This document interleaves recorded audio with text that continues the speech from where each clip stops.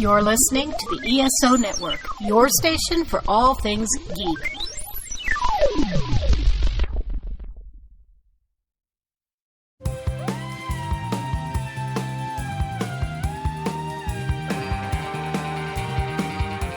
Hi, we are Enterprise-Splaining, the podcast where we explain Star Trek Enterprise to each other and to you. I am Jamie, and these are my co-hosts Maria. Hello. And Bill. Hello. Today we're going to be talking about the Star Trek Enterprise episode Fallen Hero. However, I'm the only one here who's actually watched it, so it's my job to explain to my co-hosts what happened on the episode. But before we get to that, let's first talk a little bit about last week's episode. So last week, Bill told us a bit about the episode Vox Sola. Maria and I were now finally able to watch it. So, Maria, any thoughts? I see you shaking your head. Pretty straightforward episode. I have a few notes. Let me tell you the things I hated about this episode. I absolutely hated T'Pol and Hoshi swiping at each other. It really was going back to that well that I thought they'd kind of started and kind of managed in the episode with the Klingon, where they were swiping at each other, but then they kind of come to terms with each other and she's helping her meditate and whatever. And this would have been such a nice opportunity to continue where they were from there, but instead of going brought backwards, them right back to where they were before. It was really annoying. I loved Grumpy Archer, though. It made me laugh so much at how mad he was that the crustaceans or whoever they were like not being friendly with them. Oh, but no, the other thing that I absolutely hated about this was the fact that the only black woman we have seen on this show shows up, is great, and then spends the entire episode unconscious. All the other men are awake and having conversations. She was like the second to get, so she shouldn't have, if there was a timing, she shouldn't have been the first one out. She was out the entire time. Yeah, it was so annoying. So especially that random other white dude that was with her got to like be awake for most of it and like say really boring things. And I'm like, where is her? Also, Bill, that random engineering black woman was Renee Elise Goldsberry. Right. It was Wiki. It was Angelica Schuyler. Yep. An absolute legend. I do think this might have been one of her very first credits. Oh yeah, absolutely. This is. And damned if she doesn't look exactly the same now than she did back then. No, I brought this up in our discussion because you two had not seen the episode yet, and after I watch an episode, I go hunting for GIFs on Tumblr. And this kept coming up and up, and this woman, this minor character from this episode kept coming up and up again. I was like, okay, I should probably know who this is. And yeah, she played Angelica in Hamilton, so she went on to bigger and better things and she is just so great. It made me even angrier that they were wasting her talent. Yeah, I mean, she had just a couple lines, and she did those lines so well. She was so charismatic, and I just was like, I just wanted more. Like, it's the problem with the show. I understand that this was before she was the legend that she is now, but they had a future legend on their hands, and I feel like from her one tiny scene, it was very obvious that she has the talent, and it's clear that they just, as they're making the episode, they didn't realize it. They just had her be unconscious the whole episode. It was so upsetting. I just appreciated, we can move on from this very quickly. I just appreciated that they had two non-main cast characters interacting. It's like the Enterprise version of the Bechdel test, where two characters who are not the six main characters got to say things and have a relationship. I think that is true. That is true. I do want to mention though, she's Wiki in Girls Five Eva, which is an amazing show. She's she's so good in it. So anyone who hasn't seen that, definitely watch early her in recommendation. You'll understand. Yeah, you'll understand why we love her so much. Other stuff I had, fashion comment, that color blocked long sleeve shirt that Trip was in was so cool and fun. I loved it. His little Hensley, it was good. Yeah. I loved it. And Did you I notice- loved the Go like the it had like it was like blue, but then the arms were like a redder. yeah, color. I really liked that. It looked really good on him. I also very much liked Trip and Archer Drinking beers, and drinking beer, eating pretzels, and yeah, it was just watching a water polo. fun little thing. Water polo made me laugh so hard. That's got to be a Brandon Broggett. That's got to be somebody higher up in the chain of this show was into water polo. That's just too weird a choice to pick, other than a space sport or something more conventional. I like that they were watching on, it was 4x3, despite the fact that this show is 16:9. Right, But we they had the can like little 4x3 screen for the so water polo. Well, because it was clearly a real game, right?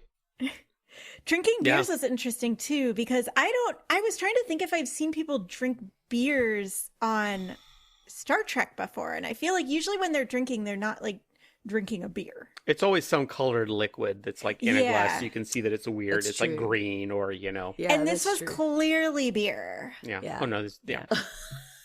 The other scene that I thought was really funny was when they finally get in touch with the I keep calling them crustaceans. I can't remember what their names are.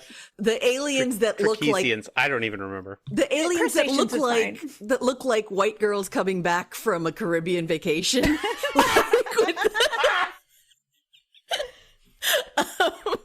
Because their faces are split open and they have big purple triangles? No, they have like blonde braids. Okay. Anyway, Wow, that's a weird Paul. it was the first thing I thought of when I saw them. I'm like, what is happening here? The scene where they're like, yeah, we have this creature and we don't know what it is. And that captain was just like, yeah, we know what it is. It was very like Elle Woods, what, like it's hard energy for me. Like, he was just like, yeah, whatever. Of course we know how to deal with that. Don't you know how to deal with that? It's not difficult. What do you mean it's taken You over don't your have one of entire those on your ship? ship all the time? Speaking of those aliens, so I almost said this when we were recording, when we learned that they find eating food or drinking anything offensive. I almost brought up the Lower Decks episode that for us just aired, where there was aliens sort of like that, and then I didn't end up bringing it up because I just in the moment couldn't remember all the details. But then as I was watching the episode, I was like, wait, those are the aliens from that Lower Decks episode where Boimler like drinks in front of them and they freak out. So It's clear that Mike Mahan is a huge Enterprise fan. Because the most recent episode also has a very big reference to Enterprise. Tons of Enterprise references. Yeah. Okay, we're dancing around the issue here. I got to ask you guys, let's talk about the alien. Let's talk about the jizz alien. I want to say when you saw the alien like moving from the other ship onto the Enterprise, my husband Eric said, "That's what you get for not practicing safe docking."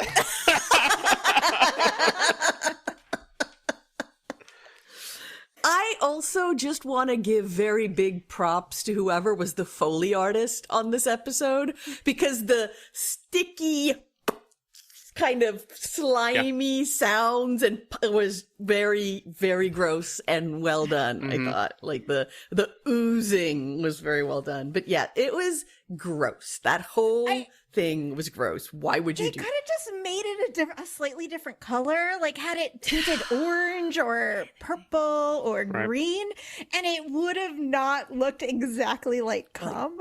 Yep. So gross. It was so gross looking. Every single time it was on screen, I was just laughing. I also was curious as to why this is called Vox Sola.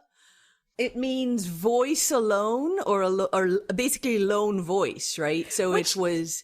Oh, I thought it was voice of the stars. No, Vox Sola is Vox's voice and Sola is alone. So I was thinking of it as a lone voice in the dark because it had been taken away from its. Oh, from maybe the I was rest like, of I it. don't understand who's a lone voice. Is it Hoshi? Is it the alien? I was like, I don't understand the title of It's this episode Porthos. at all. It's Porthos. I wish. Because he I was the happy lone to see voice Porthos barking at the alien, working. and no one listened to him. Big fan of the Porthos scene. That was cute too. That was about it. It was a really gross episode. Yeah, I disagree with Bill that T'Pol was just stating true things and Hoshi was taking it too personally. I agree. No, everything that T'Pol said was pointed and clearly implied that Hoshi didn't know what she was doing.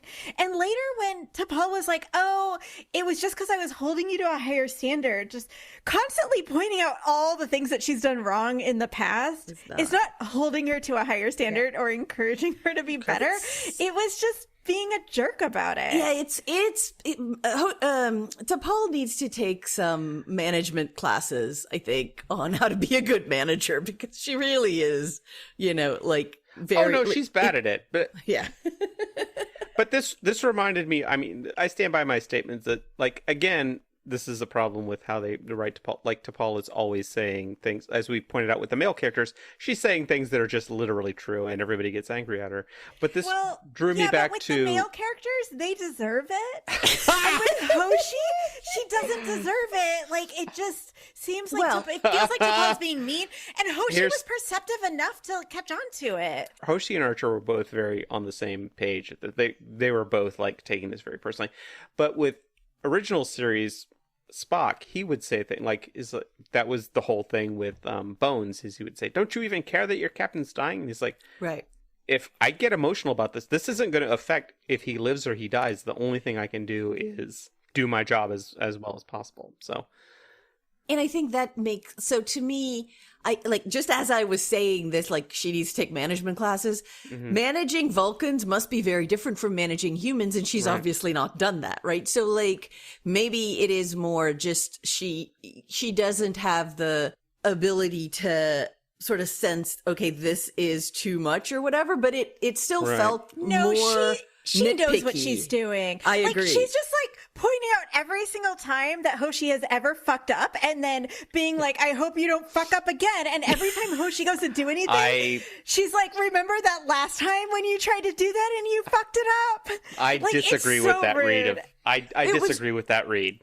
There was one thing though that I think, like, the scene where Hoshi says, hey, I think this is communication. I want to try and communicate. Give me more time. And T'Pol is just like, nope, we don't have time for that. We're going to do the other thing. And then eventually went back to her, like, after whatever the other thing was that didn't work. I was like, why would you not just have Hoshi continue to do that anyway? Like, why not have both? Why not both? Why not do both things? And then at least she's ahead of the game. Yeah. It didn't really make logical sense. It very much felt like, you don't know what you're talking about. I don't believe you can do this. Go away. I think what they were trying to do, Bill, was make it what you're saying. And I think the writers just are not what they ended up leaning into was, oh, look at the two women sniping at each other. Yeah, I don't think that those writers know how to write two women together without them being catty towards each other. Huge shock. I would also like to point out that when T'Pol snipes at Trip, y'all are over it like marshmallows on sweet potato 100%. Pie. He's like, absolutely. Well, remember when you got pregnant that time? Absolutely, because Trip deserves it. And Bill, there is a fundamental difference in those interactions. They're the only two women on the show, and having them like hate each other or act rude towards each other is totally different than T'Pol being a little bit catty towards the men that are so rude to her all the time. Yeah, exactly. I did like them working together, though. Like, once they were actually working together, I thought those scenes were really fun. It was fun. I realized that was actually the first time we've really seen those two together when they haven't been being catty or, like, I don't know, like, doing weird meditation exercises. Like, the first time we've actually just seen them working as together. Professionals, like, actually doing what they're both very good at and working as a team. I agree. I think that was really nice. I just wish that they had gone straight to that, because based on their relationship at the end of that Klingon episode, it would have made more sense for them to be more friendly to each other and more used to each other and more comfortable with each other. Presumably they've been spending time together and doing the meditation and all of that. Yeah. Yeah. So it doesn't make sense to me that they would still be acting like that with each other when supposedly they are spending their personal time with each other. Yeah. Anyways, should we move on? Yeah, I think so. In the Cosmic Pizza Podcast, your pizza delivery guys, Paul, Dan, Sean, Casey, discuss literally anything in the universe. Conspiracy theories, pod racing, general pop culture. our top 3 films of the decade, famous people we confuse with each other, and our favourite stand-up comedians. Women in comedy, voice actors, film directors and producers, authors. We've recast Star Trek and Babylon 5 and created alternate superheroes. But most of all, we have had so much fun doing it. Cosmic Pizza Podcast is not about the cosmos, all about pizza. so that makes sense. Now that we've got that out of the way, it is time to talk about this week's episode. Computer, what episode will we be talking about this week? Fallen Hero. Archer is ordered to transport Vulcan Ambassador Valar, an early role model of T'Pol's, from a planet where her integrity has been called into question. I have a prediction. It's about Archer learning that his water polo coach has been cheating. Is it about Archer discovering that his father was an asshole after like how many daddy issues Archer has and how much he wanted his father to have been alive for the thing, like to find out his dad had like committed mild genocide or something the way he had earlier, just following his. Spoiler, it's none of that. You guys are both wrong.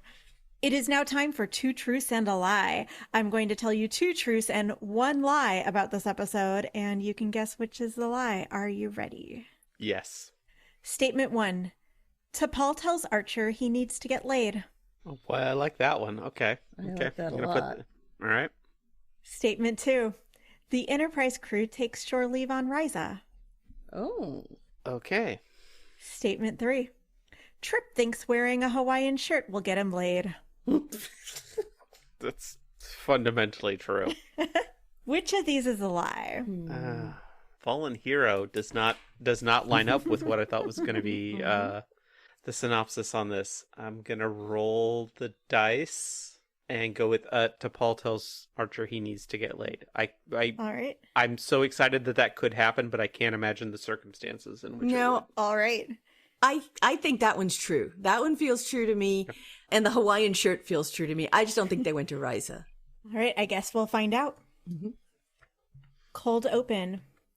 We open on Archer, T'Pol, and Trip eating dinner. Yay. They are in middle of a conversation, and we don't see what T'Pol had just said, but Archer and Trip seem shocked by it. And then Archer says to T'Pol, "What makes you think that we're suffering from a lack of sexual activity?" Yeah, that felt completely right to me. That T'Pol would be like, I don't know, I'm at my last straw. Maybe you guys just should go get laid. I hear humans need that more than once in 7 years. Yeah. Or is it that T'Pol just said, "Look, why don't you just fucking make out already?" Because you're in the water polo simulation all the time. So, Bill, you've now lost 2 truths and a lie. Okay. So T'Pol says that efficiency is down 3% and some sex could ease tensions. It has apparently been 10 months with no breaks. And T'Pol knows that Archer and Trip have not had sex because Starfleet forbids officers from fraternizing with subordinates. Which Trip then points out does not apply to T'Pol. So maybe a little foreshadowing there. Ah. Okay. T'Pol says that the whole crew could use some shore leave, and luckily for them, she has found a suitable planet nearby. It is called Risa. Oh, Yeah. now I've lost. Aw. She starts passing out statues that they can take down with them. She says it is tropical with pristine beaches and populated by a, quote, humanoid culture receptive to easing tension. Damn. Then she makes an obscene gesture, which we will not repeat here. Oh, I was thinking. She's Vulcan. So she's she's doing Vulcan. It's this. Guys, this podcast? You cannot be just making obscene gestures on camera where no one can see it. It's even better if you imagine it. Yeah, exactly. Oh my god. Welcome to our new Patreon tier. Archer and Trip agree that going to Ryza sounds like a good idea. And then they look at each other and give each other these knowing smiles. They are not quite wagging their eyebrows, but they are almost there. Of course they are. And then theme song, which means it's time for our Diane Warren update of the week. Woohoo!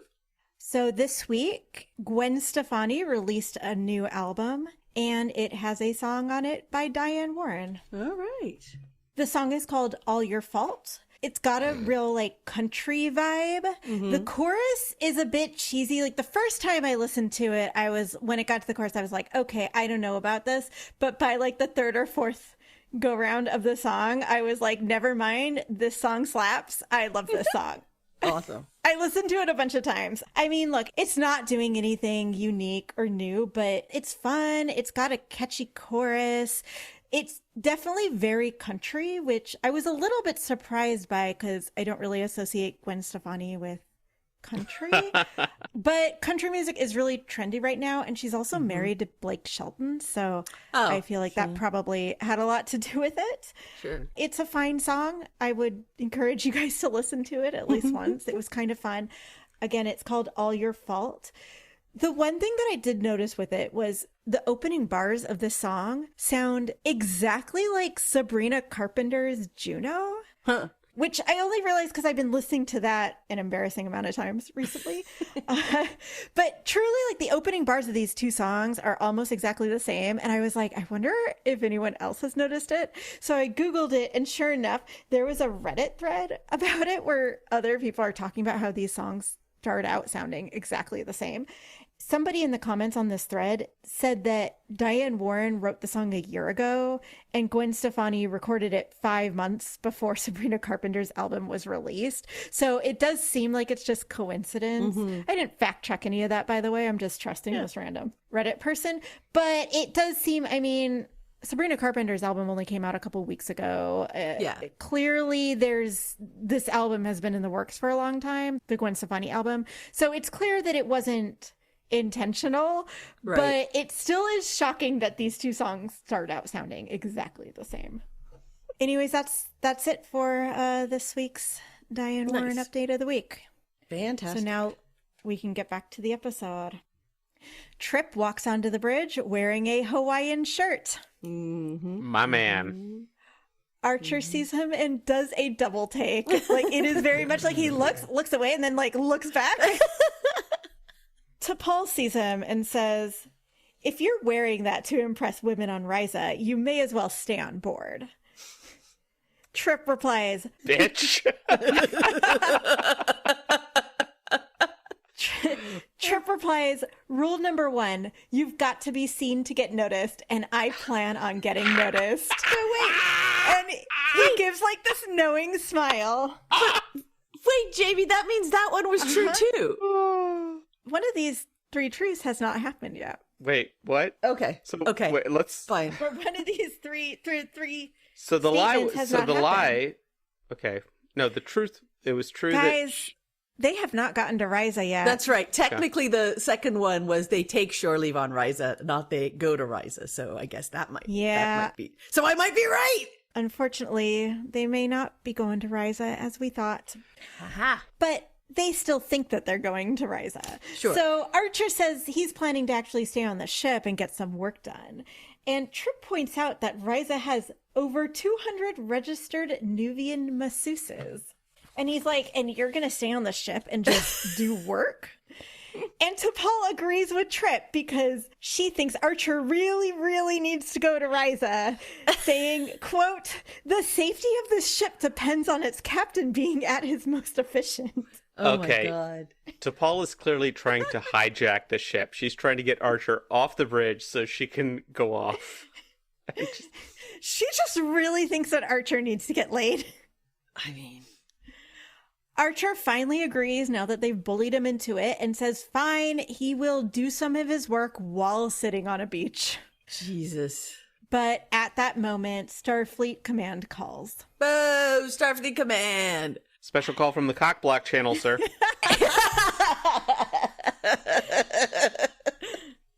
Archer takes the call in his ready room. It is an admiral. It's probably the same admiral we've been seeing. Admiral Forrest? That was, yeah, probably. But it also could be a different old white guy admiral. Sure. I honestly would not know the difference. Sure. They all look the same to me. Sorry. In original series, admirals are kind of like judges on Law and Order. Like they tend to cycle through like the old actors that they have around New York City. So yeah. Yeah, and he's got that like really ugly admiral uniform, the one that's like a jacket over a shirt and tie, which looks awful. Yeah. And this is where we learn that this episode is going to be a huge milestone for the Enterprise because it's going to be their first ambassador escort mission. Oh. Little do they know that in the future, the main job of the Enterprise will be to ferry ambassadors back and forth. But this is going to be their first time getting to do that. Oh, this is going to go well. This team always does well on first-time missions. We need you to take a Vulcan to Romulan territory, and she's totally not a Romulan in disguise. This time we promise, guys. The ambassador that they are escorting is a Vulcan named Valar. She is on the planet Mazar, but there's some sort of emergency and she needs to leave the planet immediately, but the nearest Vulcan ship's a week away. So the Vulcan High Command has asked Starfleet if the Enterprise could pick her up and drop her off on the Vulcan ship, the Charon, which is 3 days away. Okay, quick prediction. This is a complete setup. If a Vulcan ambassador is fucked up so badly that they need to leave immediately and they're sending the Enterprise to pick her up. Yeah, that's not great. This doesn't bode well at all. We then cut to Hoshi's room where she is packing up all of her things because they're going to be using her room for the ambassador. But her window faces the wrong way.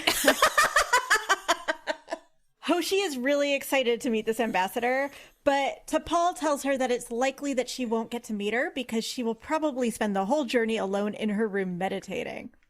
She also points out that there's some decorated items that Hoshi left in the room and asks her to take those too because the ambassador is accustomed to a Spartan environment. Just say vibrators, T'Pol. We all know what we're talking about. We're adults here. It is kind of shitty to be like, well, Hoshi, give up your quarters for this. Well, so Hoshi apparently volunteered to do it. But it makes sense to me because unlike the Enterprise of the future, which is constantly moving ambassadors from one place to another, they clearly have rooms that they have for ambassadors. Right. But it makes sense to me that this Enterprise, all the good rooms are going to be taken. They're not going to have like a random room for guests. It is a more Spartan ship. It's a very submarine vibe. Like if you had to No, that makes sense. So let's put her in Trip's room. That's true. That's probably the best option other than T'Pol's room. It's like everything else. T'Pol's room would make most sense for a Vulcan to move into. As Hoshi leaves, Archer comes in. T'Pol gives him a pad with a list of protocols that she's put together for how the crew should act around Ambassador Valar, though she also mentions that she doubts the crew will even have an opportunity to interact with her. Do we learn what these special rules for interacting with the Vulcan ambassador are? Yep. Yes. Well, we get to hear 3 of them. Okay. Don't address the ambassador unless spoken to first. That's going to work well for this crew. I feel like we could guess these. Do not make eye contact. Do not taunt Happy Fun Ball. And specifically for Trip, do not do the pull my finger joke. Trip, I don't want you within 500 feet of this woman. Trip, you're going to be in a special room guarding the bee for the entire time. The second one is refrain from laughing in her presence. And the last one is don't under any circumstances offer to shake her hand. Oh, good. Yeah. Oh, that's cool. Yeah. But T'Pol mentions that she doubts the crew will even have an opportunity to interact with her. So these are really just like a just-in-case scenario. Backup scenario. Please, God, tell me that this is the Vulcan ambassador we've been talking about in the show, where it's just like a party dude, where it's like wearing beach jams and it's got the horn and actually just like, and that's the whole reason why this ambassador is a disaster. And I just want to say, in these scenes, Jolene Blaylock is doing some great acting. She's definitely her usual Vulcan self, but under the surface, you can tell that she's kind of excited or like anxious about this ambassador. Cool. She wants everything to be perfect for her. She clearly is like going out of her way to make sure everything is going to be absolutely perfect for this ambassador. Like she's a fan. Like Is she it her knows mom? who this is and she's her fan. Oh my God, is it her mom? Is this a little Oksana Troy? Is it the little Oksana Troy of Vulcan? Oh my God! Oh man, I'm so wish. excited. It'd be amazing. And she's criticizing T'Pol's phlomic broth for having too much spice in it. It's too much taste. As the rare person who loves Laxwana Troy, I don't understand why I like everyone her a doesn't lot. like her. Oh, wonderful! Because Not me. She is a queen. She wears her outfits are amazing. She is high camp, and I love her. For me, she redeemed herself in Deep Space Nine, but I hated her in Next Generation. Every The episodes time with her are she not showed good, up. but her as a character is great. The thing was that Love her. probably what you just said. Like every time it was like, God damn, it's a Laxana Troy episode. This is gonna suck. Big fan. Who do you dislike more, the Ferengi or Laxana Troy? Oh, that's a tough one. I can't believe you even have to think about this. Probably the First of all, Ferengi. The Ferengi suck. They both do Other have than good Quark. fashion. Quark is but fine. Laxwana Troy's And Rom. outfits are even better than Quark's. That's true. That's true.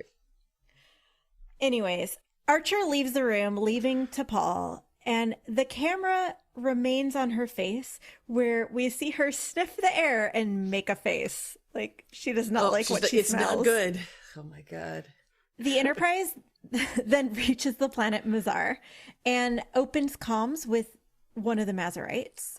They are typical bumpy forehead aliens, but instead of a bumpy forehead, they have bumpy cheeks. They've got like some weird hair that's slicked back into a little ponytail, and it's got gray hair stripes by their temples. Just typical Star Trek alien. Is Trip still in his Hawaiian shirt? Is he wearing his Hawaiian shirt this entire episode? God, No, we do not see his Hawaiian shirt again. Was the Hawaiian shirt like made up of little Starfleet symbols? No, it just that would have been really fun. No, it just had palm trees and stuff. It was very standard. Sure. The Mazarite says that the ambassador is already on her way to their ship, and they've expelled her for abuse of her position and criminal misconduct. Oh shit! Whoa. Oh shit! Archer, Trip, and T'Pol go and greet Ambassador Villar. If she looks familiar, it is because she also played Data's mom on TNG. Oh, wow. Okay. That's a callback. Or the android who was impersonating Data's mom. Oh, yeah. So I was thinking about this, and I was like, I remember there was something weird about that where she wasn't really Data's mom, but I couldn't remember. I couldn't remember what the details were. Right. I do not remember this episode at all. They met the woman, they quote unquote met the woman she was Data's creator, his wife. Dr. Soong. Dr. Soong, and then it turned out that she was actually an android who did not know she was an android. Yeah, who was like given the memories of I do remember that person. She's done other Star Trek too, actually, now that I'm looking at her face. Archer welcomes her to the Enterprise, and she thanks him and holds out her hand for a handshake. Yeah, a little slut. Archer hesitates and sort of like looks at T'Pol like, and then shakes her hand. Oh, I think I see why the Vulcan High Command is not happy with her. Yeah, you might have been right. She might have been like, she was the party Vulcan. After welcoming her to the ship, they all go and have dinner together. So it's Archer, T'Pol, and Villar. Villar asks who previously occupied her cabin, and T'Pol is immediately like, oh no, it's the odor, isn't it? She's like, you know, human scent is just so difficult to mask, and she seems kind of embarrassed. But Valar says, no, it's not that. She just wants to meet the person whose cabin it is in order to thank them for letting her use it. Oh, wow. A nice Vulcan. So you can see why she's in trouble. This is not going to go well.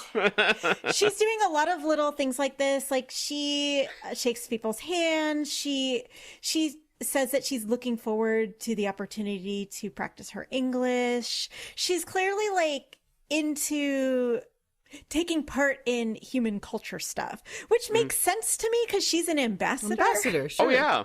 Sure, that totally makes sense. Unlike every other dickhead Vulcan they've met in this entire series. Yeah. Like, Maria would probably know more about this, but I would assume that people who become ambassadors probably do so because they're interested in learning about and taking part in other cultures. Yeah, theoretically, yes. I mean, it sort of depends, though, because it could be a political appointment, which makes that could be too. That obviously makes a difference, but... Right. They're chatting about how she negotiated some important treaty between the Vulcans and the Andorians, and Trip says, that was over 90 years ago. How long have you been a diplomat? Okay, well, at least he didn't go, how old are you? Jeez. Well, she replies, Commander Tucker, I understood that on your world, it was considered bad manners to ask a lady her age. Boom! Nicely done, ma'am. And Trip looks absolutely horrified and embarrassed. He is like trying to stammer out an apology, and she stops him and has sort of like a very slight smile and says that it was just her attempt at humor. Wow. Please tell me she made that statement in a southern accent. Why, Commander Tucker? It was my understanding. She has a little fan that she's waving in front of. Oh, my. I nearly spilled my mint julep. She also says that with her and T'Pol there, it means that Trip is dining with the two oldest people on the ship. Oh, wow. And Trip apparently had never really thought about this before and gives T'Pol kind of a surprised look. Yeah, he's like, oh, I didn't realize I was into older women. Unlocked something within me. T'Pol then turns the conversation towards the accusations from the Mazarites and asks Valar what her defense is going to be. But Valar says that she has no defense because, in fact, she is guilty of the crimes that they are accusing her of. And T'Pol seems very taken aback by this. But we don't know what those crimes are. No, we don't know what they are. T'Pol, in fact, seems so upset that she's basically like, I'm done. I think I'm going to leave. And Valar goes with her. So T'Pol walks her back to her cabin. And Valar is trying to do a little bit of small talk, but T'Pol is acting real icy. The devil you say. Valar notices and tells T'Pol that she can sense her anger. T'Pol says that if she's sensing something from her, it's not anger. Valar looks at her and seems to come to the realization that what she's sensing is probably actually disappointment. Disappointment? I'm not mad. I'm just disappointed. I'm not mad. So hard. 100,000% what I was thinking. So rough. T'Pol does not deny that, and it just says goodnight and leaves. Wow. Trip shows up with a bottle of champagne and knocks on her door. Ladies. Archer actually catches up with her in the hallway as they're leaving, and they do a little Sorkin-esque walk and talk through the halls of the Enterprise. Archer also notices that T'Pol seems a little bit off and asks her about it. And this is where we learn that T'Pol, when she was a child, she went to an event that Valar was at and actually met her, although she says that Valar wouldn't remember her. And in meeting Valar, she found her so inspiring that it actually led T'Pol to choose the career she did and the direction in her life that eventually is the one that led her to her position now on the Enterprise. So it's her fucking fault that I'm on this goddamn ship. That's a good point, yeah. Archer says that it's never easy when someone you thought was a hero lets you down. And you guys want to guess what T'Pol says in response to that? No, I don't. Lay it on me. Vulcans don't have heroes. Which again, it's all she's always like, Vulcans don't do this, Vulcans don't do that. Like she's like that all about the time. And not just about Vulcans. She does it about every other, like Klingons. Klingons don't ever call for help. Like what? But that doesn't. She literally just said, "Meeting this person inspired me to live the life that I live and do make the choices that I made." That is the definition of a hero in this case. Someone who it's just being inspires inspired by someone. Yeah. I hate her. Like, Vulcans don't do blah blah blah. No, Vulcans don't have heroes, you guys. Heroes are an emotion. What?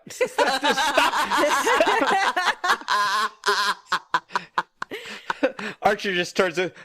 Do you know what an emotion is? No, I'm a Vulcan. You keep using that word. Third base. I don't know. But before Archer can reply, Travis calls him to the bridge. So they both go to the bridge. There is a Mazanite ship that is hailing them. The captain tells them that there has been a change of plans and that they need the ambassador back for some additional questioning. Archer is skeptical. He's like, well, why didn't the magistrate call us? Mm-hmm. And the captain's like, well, they were just having some problems with their long-term communication, so they sent me to come get her. That seems shady as hell. You don't need to check my ID. It's totally cool, guys. Hey, do you know what one of the central points of being a diplomat is? You are immune from prosecution. That's a great point. It's a great point. Although it doesn't quite work that way, but yes. But yeah, you see what I'm going here now. Archer asks for more details about why she's being called back, and the Mazanite just laughs and shakes his head, and he goes, oh, I'm just a lowly transport captain, so, I don't really have any other information. I was just told to come get her. They didn't tell me anything else. Wow. So Archer says that he's going to need to contact his superiors before taking any action. And the Mazanite is like, no, there's no need for that. You don't need to call the cops. It's fine. You just need to give me your social security number and PIN number, and everything's going to be cool. And Archer replies that, well, he's just a Starfleet captain, so he can't be trusted to just make this decision all on his own. All right. I'm just in charge of this warship. Well, but I like that, I do think that Archer uses this a lot, where he's like, at some point, he is very good at, passing the buck. Sorry, I just to stall, right? Stalling by saying... In this case, he's just calling the other guy on his shit. This guy clearly is up to something. Yeah. And his whole, I'm just a transport captain, I don't know anything. And Archer's just, responding with basically the same thing. Okay. They end the call, and Archer's immediately like, Hoshi, get Starfleet Command on the phone. And she said she can't because the other ship is jamming their comm frequencies. Oh, shit.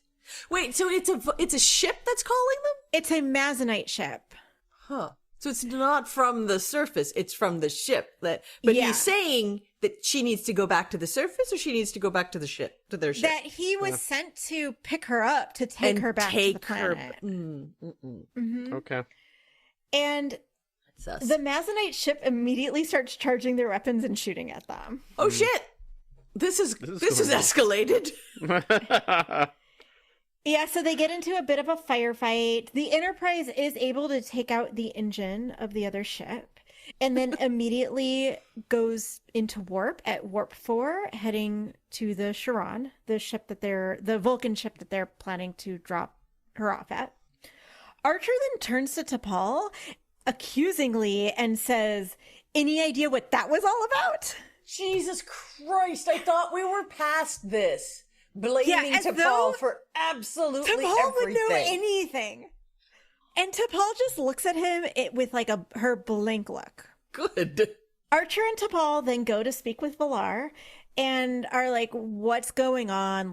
Why did this ship come for you? Why were they shooting at us? And Valar says she can't tell them. Archer then tells her that she's leaving him no choice. He's going to turn around and take her back to Mazar. I'm going to turn this ship around.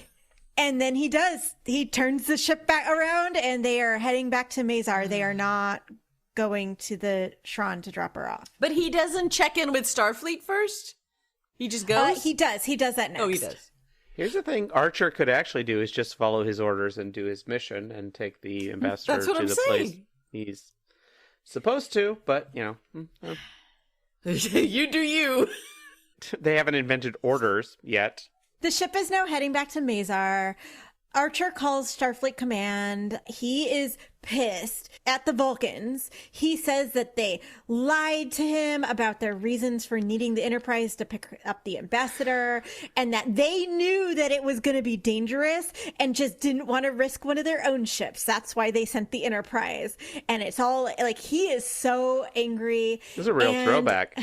What? It's clear that he is just heading back to Mazar out of spite. Yeah, what is up with this man? Like, calm the shit down. Like, what?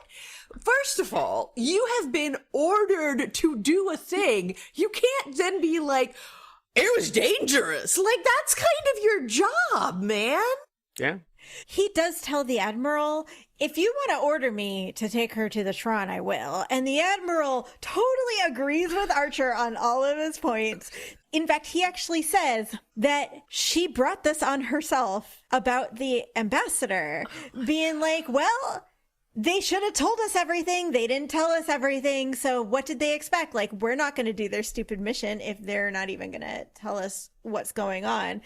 Basically tells Archer, you're the one out there. So if you want to go back, you can go back. I'm not going to order you any different. Yeah, just make the call. And to be fair, the Vulcans are such asses in this show that, like, in a normal Star Trek, you the audience would be like, I mean, trust the Vulcans. They generally know best. But in this show, they're fucking wild cards. You have no idea what shit they're gonna pull.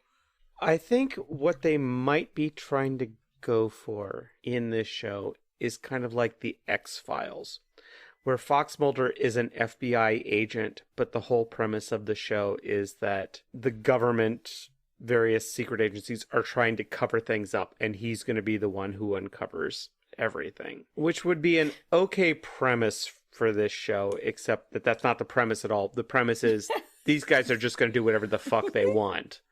Yeah. And there's going to be no consequences whatsoever. So you're saying that it's like the general thing is the Vulcans are capitalized up to something. Yeah. And, okay. Maybe. Yeah. I think that's what they're trying to go for. Mm-hmm. This goes back to what I said in the first frickin' episode, which is like, what is Starfleet? Is it a military organization? And I don't mean a combat organization. I mean, they follow orders. Like, they have a structure. Like, what is the structure of Starfleet? Right. All right, none of this makes sense. Let's continue. It's one of those episodes. So we cut to the mess hall where Valar and Hoshi are having a conversation. So Hoshi did get to talk to Valar. Mm-hmm. T'Pol comes in and Hoshi says that Valar was just asking her why her quarters were so sparsely decorated. Wow. Remember, T'Pol made Hoshi take all the decorations away from her room. Hoshi then leaves. T'Pol then speaks with Valar and is trying to convince her to tell them what's going on. Valar asks T'Pol why she trusts Archer if he so clearly doesn't trust them. Which, great question. Very Fantastic great question. Excellent question. We've been asking the same. T'Pol says that he is resentful because he believes the Vulcans held back their development of warp technology, and that situations like this one just reinforce their resentment. So basically, like, the whole thing about she brought this on herself, it kind of feels like T'Pol agrees with that, which I hate. She says that if they want him to trust them, it needs to be earned. She says that if the ambassador wants him to trust them, it needs to be earned? Yeah, or the Vulcans. Oh, the Vulcans. If they want, yeah, the Vulcans, but also the ambassador. If they want Archer to trust them, they need to earn that trust. And T'Pol is saying this. Yes, T'Pol is saying this. That's very interesting. Valar then says that she remembers T'Pol from when she was a child. Aww. She says that T'Pol came up to her during a break and questioned her in a very presumptuous manner for one her age. Checks out. questioning her negotiating tactics, but that this bluntness made her actually reconsider some of her positions, much as she has now. And she then says that she will tell T'Pol what is going on. But we don't see that happen. We then cut to Archer's bedroom, where T'Pol comes in. And Maria, yes, Porthos is there. I will give you more details about Porthos during our segment at the end, but Porthos is there. We do get some Porthos this episode. Finally. I mean, I think this is the first time we've seen Archer's bedroom. He's got a bed that has red sheets. We've seen his bedroom because he has this desk with, like, he has vintage military photographs on it, like on the wall and on the desk. I think I remember that from something. I feel like we've seen I definitely didn't remember this. There was like an old photo, like from, I would say, like mid-century or early 20th century of the Golden Gate Bridge with like a vintage military plane playing. He has other photos that look like they're like people in military garb, like in camo. They look like they're like from the 20th century. It's really weird. I'm just like, does he have like an obsession with 20th century like U.S. military? Because that's upsetting if he does. So these are all the times he jumped back through history, fixing what went wrong to make it go right, and hoping each time. Above his bed are some shelves with books, and there's also a water polo ball. Of course there is. Of course there is. I think it might have been in the last episode we were in his quarters, and I distinctly remember seeing some art or something that was on the wall that was some sort of, I don't remember exactly what it was because, you know, after I watch one of these episodes, it goes out of my head immediately. But I do remember thinking there was some like vintage era photo of something. So that's interesting. I'm looking forward to watching it to see if it's different from what I remember. There was even like a 1 foot tall statue of like a military guy or something. It was really weird. Does he have an action figure in his room? How is it a nutcracker? Is he a former ballet protege? Or is he like an always Christmas guy? Oh God, what a nightmare that would be. So T'Pol comes in. She tells Archer that Valar is not guilty. The charges were fabricated in order to get her off Mizar and divert attention from her real mission, which she cannot reveal to them. Okay. So she told them some stuff.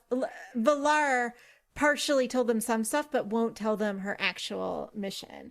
But she does say that if they return her to Mizar, she will be killed. Oh, okay. Okay.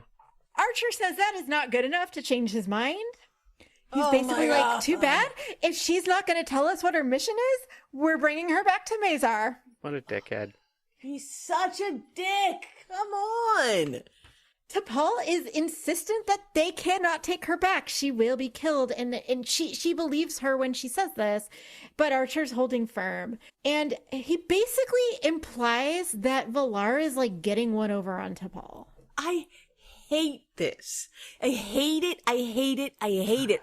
I hate that we are still at the point where Archer cannot trust a Vulcan. Like, I understand that's his thing, but come on, man. You know how the military works. You know how these things, like, it is perfectly reasonable to be told, I will be killed. You do not need to know why. No, he's not in the military. Starfleet is not the military. There's nothing about this crew that depicts that they are actually in the military. Here's the thing. TNG used to do really, really well, especially in the later seasons, is that they would introduce an episode, there would be a little bit of mystery, and then halfway through, or maybe a little bit later, they would reveal what the secret was. It would make you completely rethink the situation that they were in, and they would deal with this conflict. What this fucking show does over and over again is they don't reveal the twist until the very end, and it doesn't matter, and they fly off.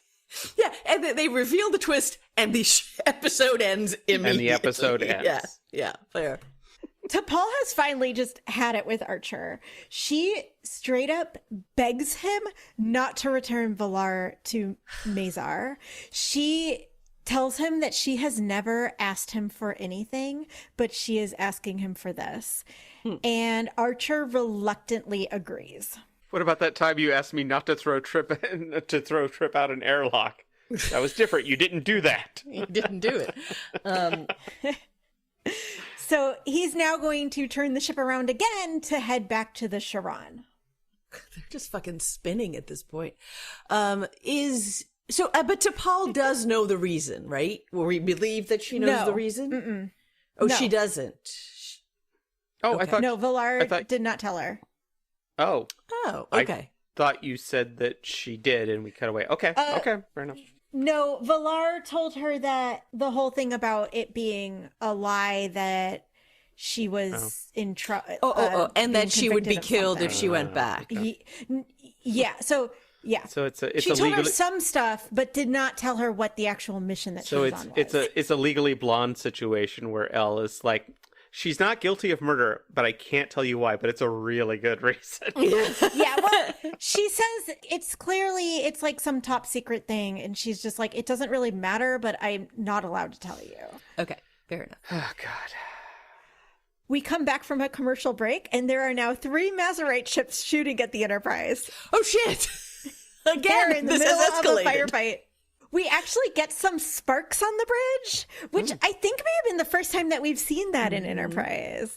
I feel like that's definitely a staple of other Star Trek, but we never get just like the random sparks everywhere. Yeah, someone shoots at you and your console starts to explode for some reason. Engineering did catch fire before, but I think this is the first official panel sparks.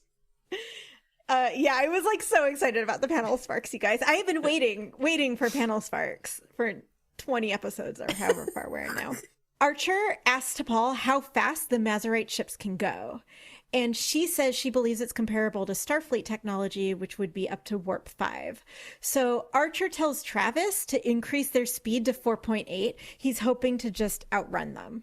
So they're at 4.8, but the Mazarite ships are keeping up. So he tells Travis, what about 4.9? So they go to 4.9.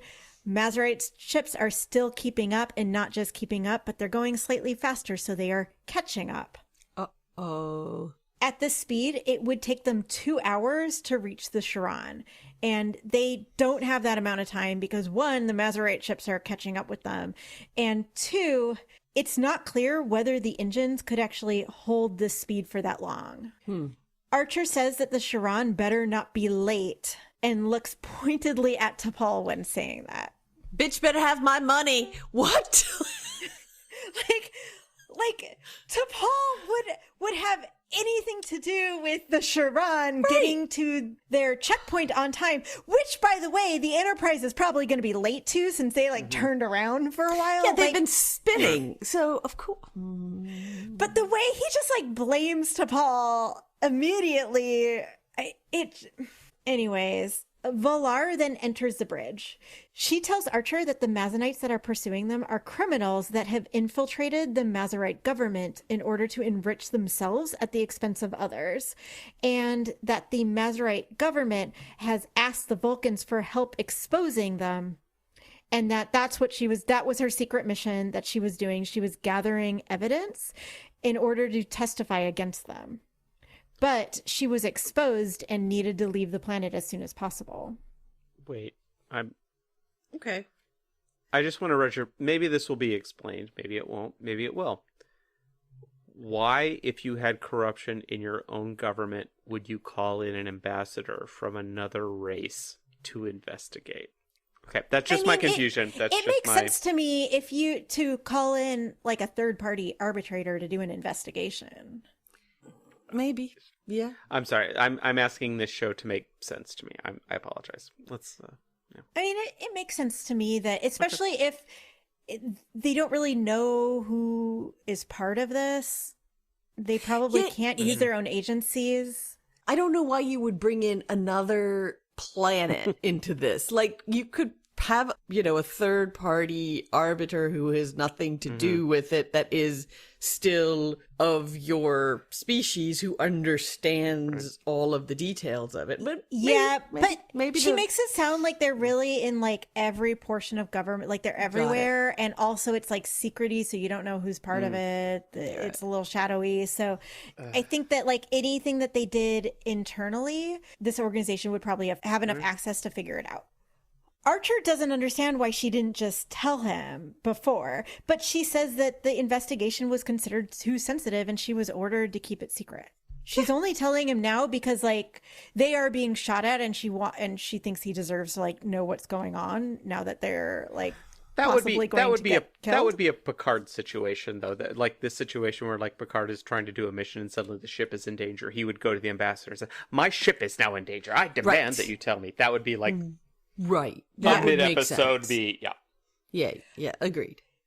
And she asks Archer to drop out of warp so she can surrender herself to the bad guys, which I'm just going to call them bad guys because we just know there's some shadowy organization. We don't have a naked name for it. The bad guyians. The bad guys.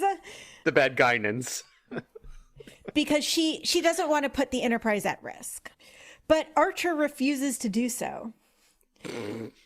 She tells him that doesn't seem very logical, and he tells her that if she knew anything about humans, she would know that they don't always take the logical course of action. T'Pol's like, And Archer says, "If that doesn't make sense, watch this. Turn the ship around again." Travis just has one of those wheels on the helm where you can just spin it around. It's like a forklift.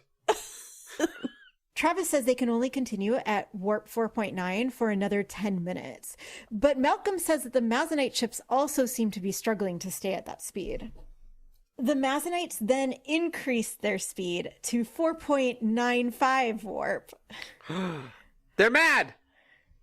Archer calls Trip and asks him if there's anything he can do to speed up the ship. And Trip is like, absolutely not. And Archer's like, this is a warp 5 engine. And Trip retorts, on paper. Oh.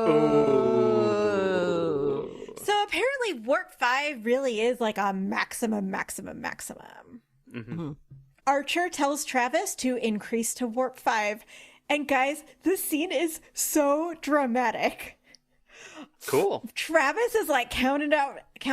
He's like 4.93, 4.94, 4.95. We cut back to engineering. Trip is like yelling out commands. Everyone's running all over the place. They're like pressing buttons and there's looking sparks all flying. worried. Oh my man. There will be sparks flying, but not quite yet. And then they're at 4.97, 4.99, and then Travis takes a deep breath and smiles. The music swells, and he says, "Warp 5." Wow. It's really so funny, guys. The scene, the dramatizing, the like counting up the hundredths of a warp. Wow. It would be so much cooler if Trip was like, if they had established this earlier, Trip like wants to go at warp 5 and everybody else like, that's a theoretical maximum, but like Trip is pushing forward. Is like, yeah, we're fucking doing it, man. We're gonna do it. It's gonna happen. The ship is just shaking. There's sparks flying. Malcolm says that the Mazanite ships are still gaining on them. Oof. Wah, wah. The problem is that even at warp 5, they are still 53 minutes away from the Chiron, or the point where they're meant to meet the Chiron. Can they not send them a message? Well, that's the thing. The Chiron is capable of warp 7. So if they could get a message to them, they would reach them in 12 minutes. Oh, but they're being jammed.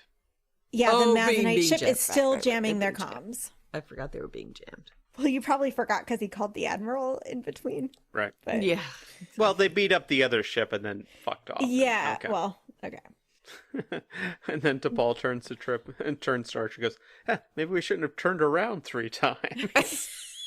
Yeah, no kidding. Valar says that there is a secret diplomatic frequency that the Mazanites don't know about, and they could try using that to send a message to the Sharan. So they use that and believe that they've got a message through, but they're not sure. Meanwhile, the shaking on the Enterprise is getting worse. We cut to engineering, and there's like fires breaking out everywhere. Excellent. Trip calls back to the bridge and says that they need to slow down. They cannot stay at this speed any longer. But they are still 8 minutes away from the Sharan, assuming that they got their message. The Mazarite ships then come within firing range and shoot out one of their nacelles, which then forces them to drop out of warp. Well, okay. It will now take 10 minutes for the Sharan to reach them. So it was 8 if they had been going at warp 5 towards them. So but now that they're at impulse, it will be 10 minutes for the Sharan to reach them. Which at first I was like, it felt like it should be more than that. But then I remembered that warp speeds are logarithmic. So the Sharan can actually go 100 times faster than the Enterprise. So it makes sense that the Enterprise was really only cutting 2 minutes off of that speed. Right. Archer then opens comms with the Mazanite captain because he's realized that he just needs to buy 10 minutes. Right, he just needs to tap dance for 10 minutes, right? Archer tells him that the shuttle bay was damaged in the firefight, so they can't send Valar to them, and instead the Mazanites need to come to the Enterprise to get her. Archer picks up Porthos and says, but first, let me show you this puppy. Oh, that would have been such a good idea. I'm going to put a little cowboy hat on him. It's like, you want to meet my puppy? Give him some pets? That would definitely have taken up 10 minutes. The Mazanite captain and 2 goons board the Enterprise. Archer tells them that a conduit blew near Valar's quarters, and T'Pol says that Valar suffered extensive injuries, again lying. Yeah. We actually get quite a lot of Vulcan lying in this episode. The Vulcans who famously claim to never lie. You know, like a liar.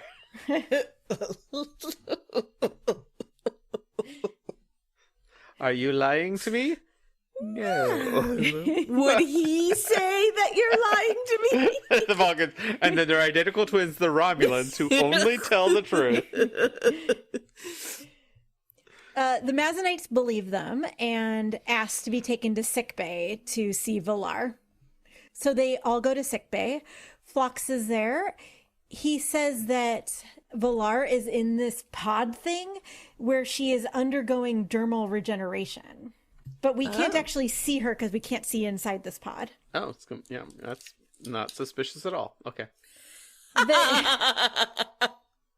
The Mazanite captain tells him to open the pod, and Phlox absolutely refuses to do so. And then the Mazanites just straight up start shooting the pod. Oh my god. There's like the screen on the outside of the pod that has, we've seen it before, where it has it has like the outline of like a body and will like say what's going on with it. It has the outline of the body, and then it switches, it just says system failure. Why? It implies that they killed her, but obviously we know that she's not in there, and we're not gonna check it all. Question. It is odd to me. They just let them on the ship, right? They're not being, or they surrendered. Yeah. They surrendered. Is that what it was? They surrendered. Yeah, they're basically surrendering and being like, fine, you can have Valar, but we can't bring her to you. You have to come get her. Because they lie and say that the shuttle pod is damaged. Okay, cool. But the Mazanites fall for this and clearly are like feeling really good about it. They killed her. And just then, the Sharan shows up and starts shooting at all of the Mazanite ships. Yeah. And the Mazanite ships do not stand a chance against it, but the Mazanite captain says it doesn't matter anymore because they already did what they came to do. Great. Which was to assassinate this ambassador. And then the Vulcans accidentally destroy the Enterprise. We have they do not bother, as Bill said, they do not bother to confirm or actually look for a body. No. Of course not. They are not the brightest. They're the worst aliens. Assassins, man. They turn to leave sickbay, but as he opens the door, Valar is standing on the other side. And she tells the Mazanite captain that she looks forward to adding this incident to her testimony at his trial. Oh my God. Oh my God.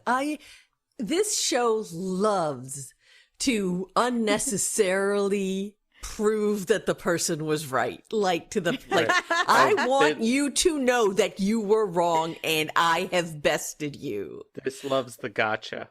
They this love the gotcha. Gambit was so obvious. It's honestly shocking that the aliens fell for it. The only thing I can think is that they also might believe that Vulcans can't lie. Oh yeah, fair enough. Maybe that's why they believe T'Pol. Phlox. Well, okay, yeah, but I mean, they but might it was believe other people T'Pol can who lie. told But them. T'Pol specifically said that Valar had suffered extensive injuries. Got it. Yeah. We then get a captain's log, which doesn't give us any new information. It just sort of repeats everything we already knew. And then before Valar leaves, she tells Archer and T'Pol that she senses a great bond of trust and respect and friendship between them. Again, lying. Absolute lies. Yeah, because we have seen three times in this episode that Archer did not trust T'Pol. It would have made so much sense for at this point where they have built this relationship and T'Pol has really, I think, proven herself time and time again. But I felt like Archer and Trip were both sort of starting to buy into that and trust her. But then again, we're back to square one. We don't trust the Vulcan bullshit. All right.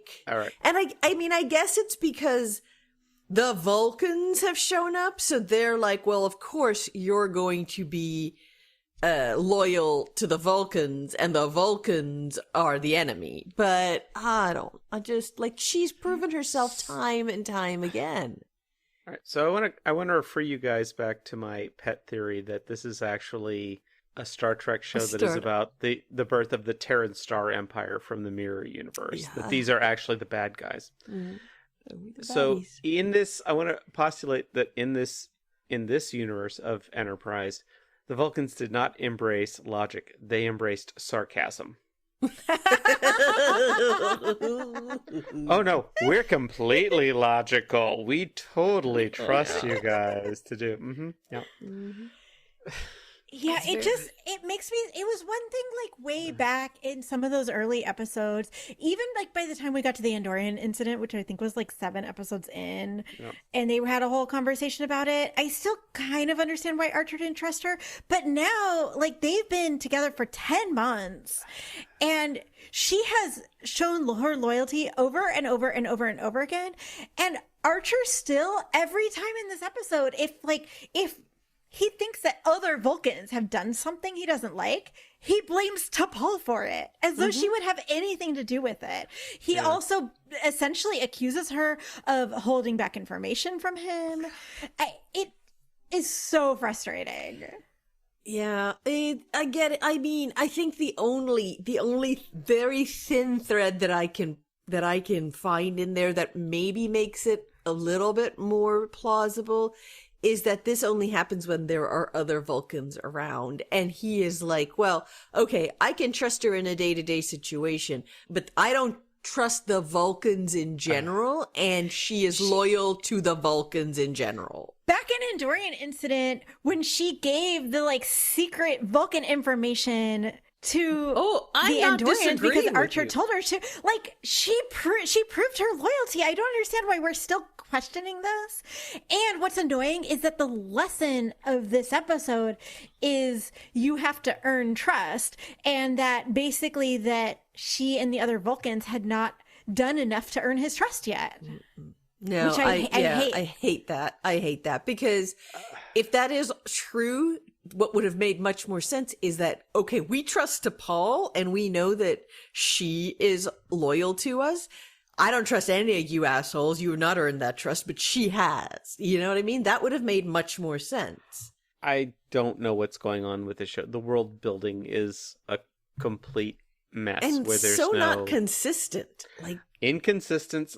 I made a note here as Jamie was describing this, I just wrote this, and I think I've said this before, simple competence. Like, even if the premise of this show is they are out there on their own, I think an ideal consolidating idea for this show would be, okay, they can't count on Starfleet because Starfleet is far away and Earth is weak at this point. All this stuff. It's like, but this crew learns to rely on each other.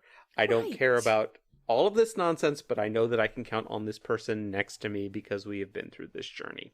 But Archer is just in his own little bro world where it's going to be whatever he wants to do. Anyways, episode over, by the way. Oh my God, that's that's back to it? the Shran, and that's the Well, who episode. the fuck was the fallen hero then? She was. Oh my God, that's such a good point. Yeah, but she's not actually fallen. She was not fallen, but she wasn't. Oh my God, this fucking show.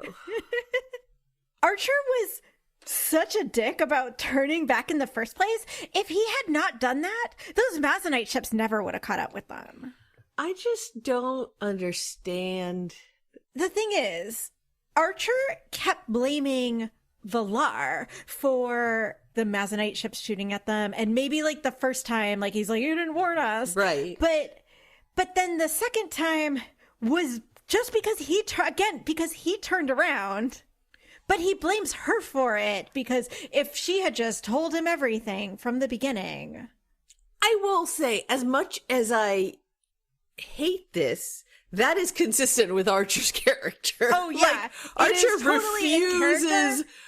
refuses to take the blame for anything. And this crew does everything they can to support that delusion. Yeah, I mean, I was actually a little shocked when T'Pol told him that that Valar will be killed if they return her to Mizar.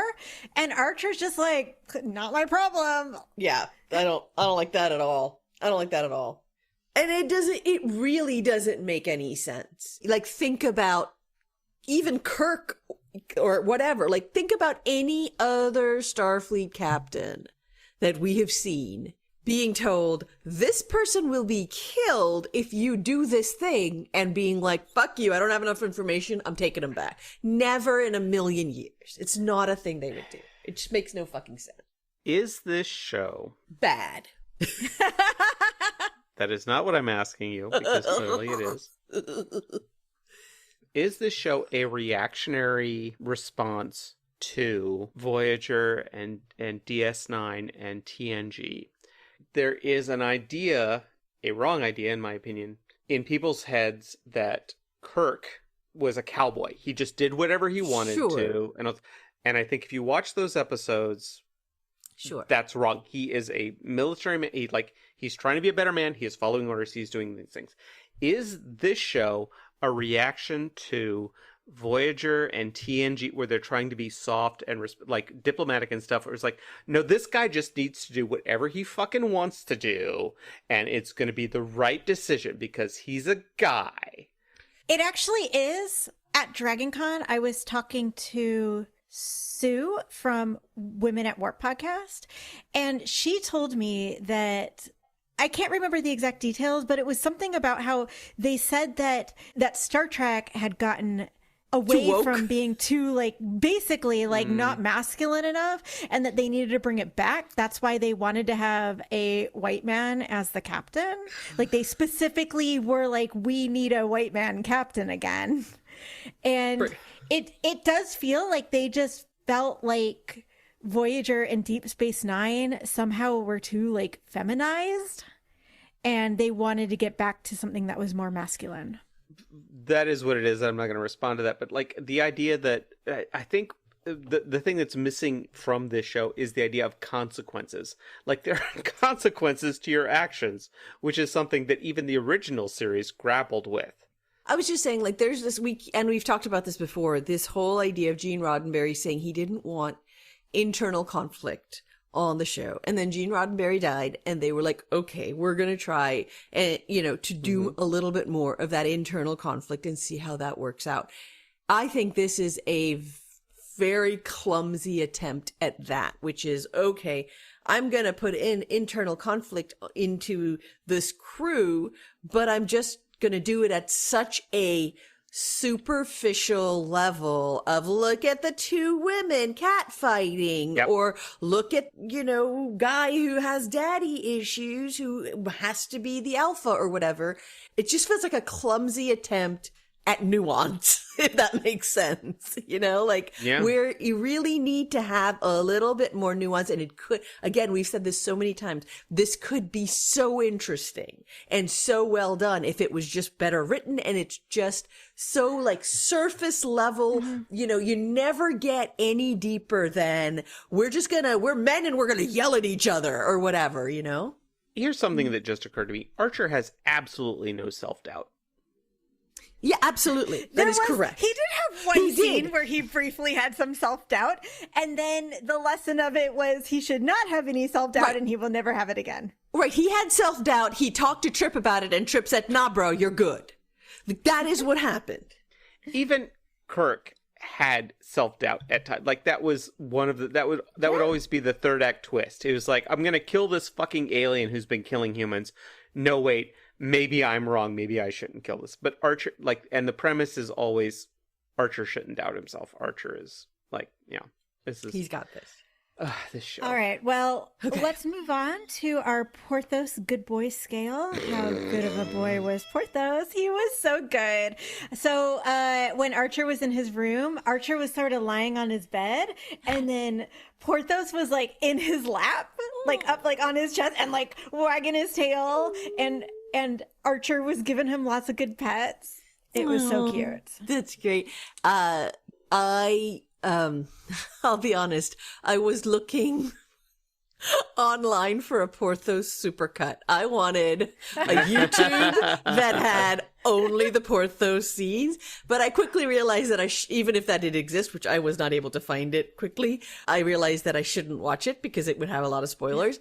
But I did find a clip of Scott Bakula talking at a con about Porthos and answering a question. And I didn't listen to the whole thing because it started to get spoilery, but I learned two things that I thought were really interesting. One was, according to Scott Bakula, there was a group of people that hated Porthos and hated the fact that the captain had a dog. No. Like, they were mad that the captain had a dog. And he, talked about this, and then he, asked the audience. He's like, how many of you guys loved Porthos? And, a bunch of people cheered. And how many of you people didn't like Porthos? And a bunch of people booed. And who boos a beagle, sons of bitches? Okay, here's what I think happened. I think some troll guy was like, I don't like Porthos, and then the audience booed him, and that's why you hear boos. Some people. I hope that's true. Look, I love all animals, unless they're attacking me. But there are some people who don't like cats. There are some people who don't like dogs. Yeah, it felt to me though that there was like I said, I didn't listen to the whole thing, and he didn't really get into it in detail. But it felt like it was like, well, why do you have this captain who has a dog? It's a weird, who the hell knows? But the second thing that I learned, which made me laugh, was that the dog who played Porthos was a girl. And sure. Can't have a dog dick on. And they went out of their way. Scott Bakula talked about he loved working with Porthos. He loves dogs, but it was very difficult because they kept having to hide the fact that she was a girl. And I'm like, fucking Brandon Braga can't even have a female dog on the fucking ship.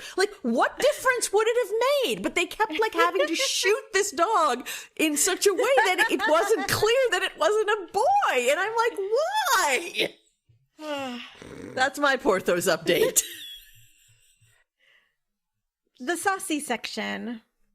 We did not get to go to Ryza, but there was a scene in engineering after the first firefight where Trip and Malcolm are chatting, and they're talking about how much Malcolm just loves it when they are in a firefight. Oh my God. He gets so excited when they get to shoot their weapons. And then the conversation turns to talking about Ryza. And Trip said that he heard that the masseuses there have 12 fingers on each hand. And Malcolm says that Starfleet needs to make its presence known on Ryza. And then they smile. They smile at each other in the like broy, knowing smiley, broy way. knowing way. What happens on Rice stays on Rice. Yeah, that's right. Never asked, never answered.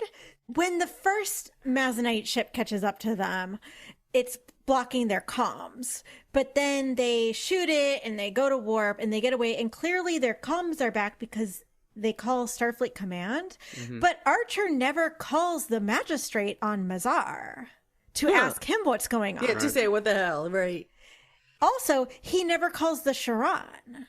Yeah, why would you not just call the Sharon right away and just be like, hey, some shit's going down. Maybe come meet us closer.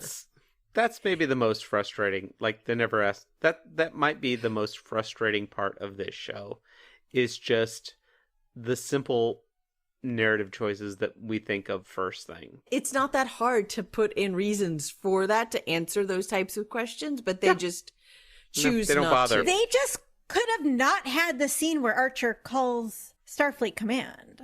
Because so I had actually assumed that the reason that he didn't make those other calls was because their comms were somehow still jammed. Right. But then as I was telling you guys, and I was like, wait a second, he calls the Admiral a second time. Yeah. So clearly their comms were working again. That's the frustrating part. Like, if the premise of this show was, okay, they're out in the middle of nowhere, because that's something that original series dabbled in, was Kirk can't get in touch with Starfleet. He has to make these decisions that are going to have galaxy-altering consequences. But this is, he contacts the Admiral, and he says, no, Archer, you do whatever you want. You're in the right with this. And that's how they spend their quarter on the long distance. It just bothers me that they had that scene at all. Yeah, I agree. They could have not had that scene, and I never would have questioned. I would have been like, is it weird that there's no ships around them, but somehow their comms are still jammed? Whatever. Like, I would have just accepted it for story purposes. I could see even having the option to call the Vulcans, Archer just being like, I'm not calling the fucking Vulcans, because he's so anti-Vulcan. Consistently, I'm not calling for help. I don't consider these guys part of my team. I don't think that they're going to come and help us, even though he knows they will. Yeah, but this he doesn't want to show help. that sign of weakness. This would have been to call them, to be like, if you don't tell me what's going on, I'm going to turn around. Yeah, but that's fair. He did not even bother to do that. Yeah, that's fair. Technical difficulties for the most technobabble thing in the episode. During the first firefight, the Enterprise first tries to shoot their torpedoes at the Mazanite ship, but it has no effect due to, quote, some sort of energy shield. So yeah, it seems like these Mazanite ships have shields that not just polarized hull plating or whatever. They have actual shields. And Archer asks Malcolm, would the phase cannons be more effective? Malcolm says, undoubtedly, but we can't fire them at warp. Archer, what do you mean we can't fire them at warp? So apparently he didn't know that already? Dude! Malcolm, particle discharge, sir. It would destabilize our warp field and most likely blow out both nacelles. So apparently you cannot fire the phase cannons at warp. This seems like an important piece of information a ship's captain should have. Yeah, I was just like, how does he not know that? I feel like they must have been saying it for the audience's purposes. Yeah, I'm sure. But I wish they could have had Travis ask a question. Have Travis or Hoshi ask that question. Hoshi ask. And it would have been fine. Like, I don't expect Travis or Hoshi to know those details necessarily. Sure. But yeah, anyways. What the flux? He does not say anything creepy this episode, surprisingly. That's suspicious. He does do some really great acting when he's faking Valar being in sickbay. When the Mazanites ask him to open up the pod, he is like, I don't care who you are or what she did. When she walked into the sickbay, she was my patient and I'm going to treat her. It was giving Bashir. It was giving Crusher. Nice. I like it. I like it. Yeah, I loved it. And when they shot the pod, he was like, no, and like acting like he was gonna like throw himself in front of them and had to be like held back. Very nice. It was some good fake acting from Fox to convince them that Valar was really in that pod. Yes, chef. We had no mentions of chef. We did see 2 meals, although the food they were eating was very indistinct both times. Like you couldn't really. Yeah, I was going to ask it. the dinner with the Vulcan ambassador. Like, did they make a big? They did. I'm assuming it sounds like they didn't make a big deal about like they were eating plain broth and everybody else was eating chicken or whatever. You know, you could kind of see that the 2 Vulcans appeared to have veggies on their plate like usual, and I don't know what the other people had, but it was indistinct. Like you couldn't really see it. Right. There was one point where Valar was drinking a passion fruit iced tea and said she thought it was good, and T'Pol said she was not a fan. Valar was like, "Have you tried this?" And T'Pol's like, "I don't like it." It's like a Long Island iced tea for a Vulcan. I like that. I like that the diplomat was a little more like open-minded and like to try things, because that does make sense. Yeah, I mean, she's been a diplomat for 95 years. Yeah. So oh my God. It makes sense to me that she would be really kind of laid back in terms of all these alien culture, especially for an ambassador to alien species. At a minimum, you will never show that you are shocked or upset or whatever. You are your baseline is, this is normal.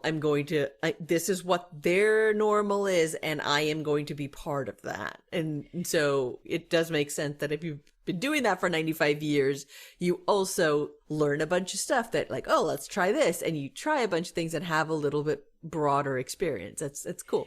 Yeah, she had never met humans before, but it's clear that she studied up on them when she found out, just presumably in just like the day that she found out they were coming, because she knew so much. She immediately greeted them with a handshake, which I feel like I don't know if I've seen this on Star Trek before. I've seen a lot the other way, where the Enterprise people or whoever our Starfleet people will all of the things to make sure that they are doing the right thing, but you don't see another. We've even seen them do that with Vulcans, right? But it was fun to see a Vulcan ambassador like meeting these humans and immediately like putting her hand out to shake it. This is the segment of our show we like to call Will's Holorex. We all know what Mr. William Riker is doing in his holodeck. Yes, that's right. He is binging Enterprise. But we would like to give him some recommendations for some things he could be doing instead. Maria, what is your recommendation today? I want to interrupt for just a second here. So the whole premise of this is that this is the moment where Will has to decide if he's going to betray the principles of of Starfleet and not reveal, like, they broke a major treaty and stuff. And I have to imagine after he's watched all of Star Trek Enterprise, like, well, fuck it. These guys fucked up everything. Like, it's like, whatever I do, it's not going to make, like, they didn't destroy Starfleet. I guess my decision isn't going to make that much difference here. I'm good. Yeah, these guys didn't fuck it up. I don't think I could. Maria, what is your recommendation this week? My recommendation is a show called Crime Scene Kitchen. That is on Fox, which means it's on Hulu.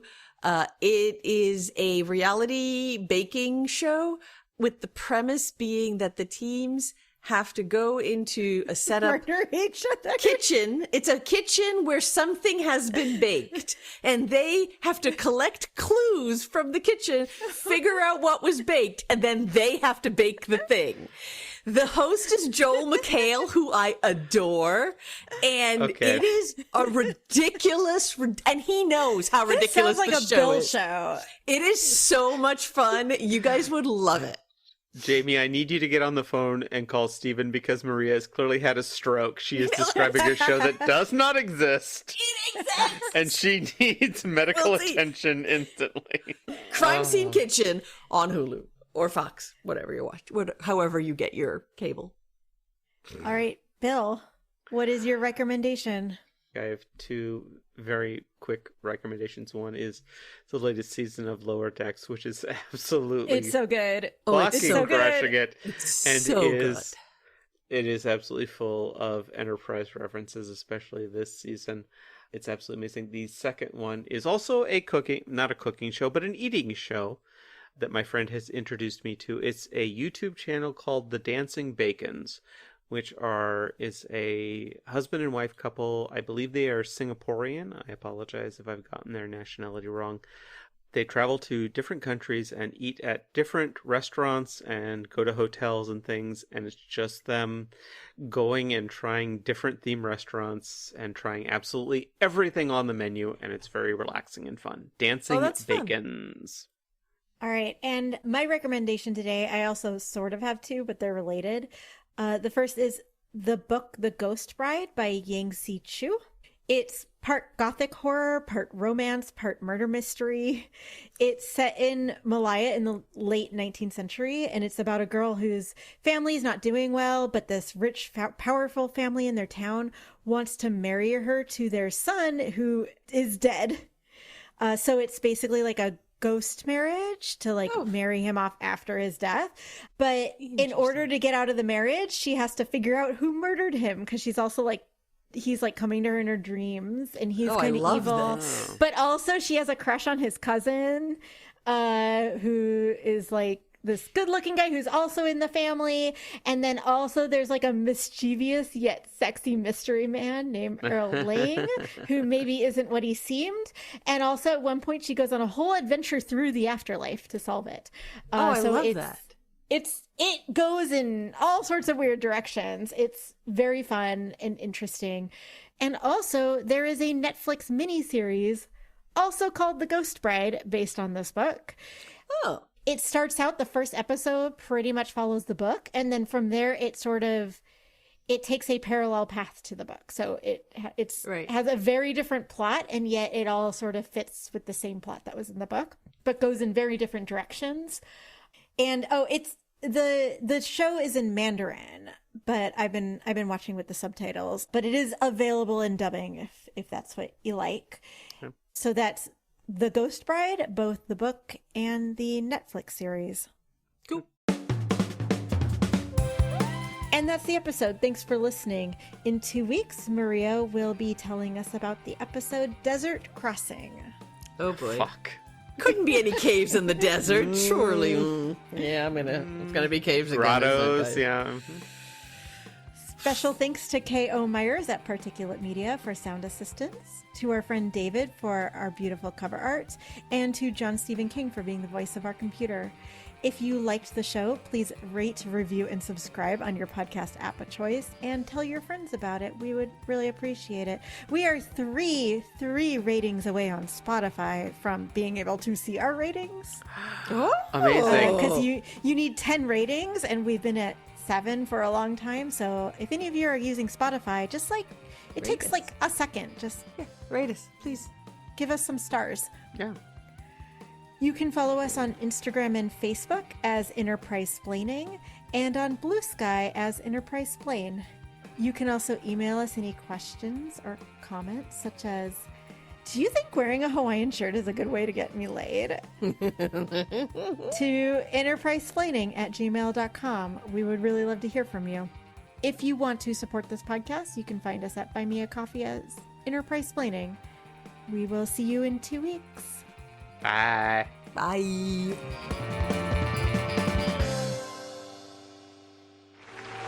Computer. End program.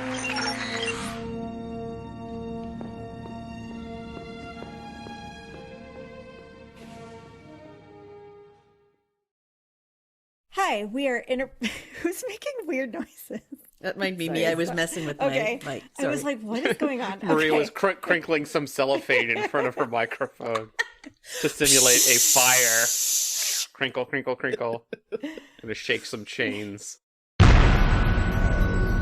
This has been a broadcast of the ESO Network. Be part of the crew and help support our shows by donating to our ESO Patreon or by shopping at the TeePublic store, which can all be found at www.esonetwork.com. The ESO Network, your station for all things geek.